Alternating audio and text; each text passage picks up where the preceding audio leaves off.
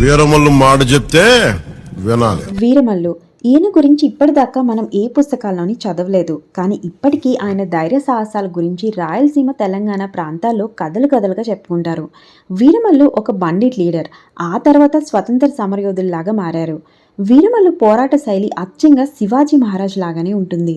వీరమల్లు కూడా శివాజీ మహారాజ్ లాగానే గెరిల్లా యుద్ధ తంత్రాలు ఉపయోగించేవారు. ముఘల్ సామ్రాజ్యానికి ముఖ్యంగా ఔరంగజేబ్కి చుక్కలు చూపించిన వీరుల్లో వీరమల్లు కూడా ఒకరు.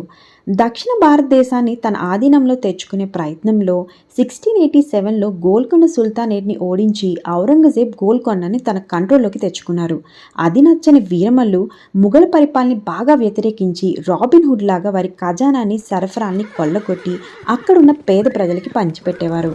కొన్ని కథల ప్రకారం వీరమల్లు కోహినూర్ డైమండ్ అలానే పీకాక్ థ్రోన్ ఉన్న ముఘల్ రథాన్ని దోచుకున్నారని అంటారు. కానీ వాటికి సరైన ఎవిడెన్సెస్ అయితే లేవు. వీరమల్లు వీరగాథ పుస్తకాల నుంచి చెరిగిపోయిందో లేదా చెరిపేశారో తెలియదు, కానీ ప్రజల గుండెల్లో ఎప్పటికీ ఆయన ఒక రాబిన్ హుడే.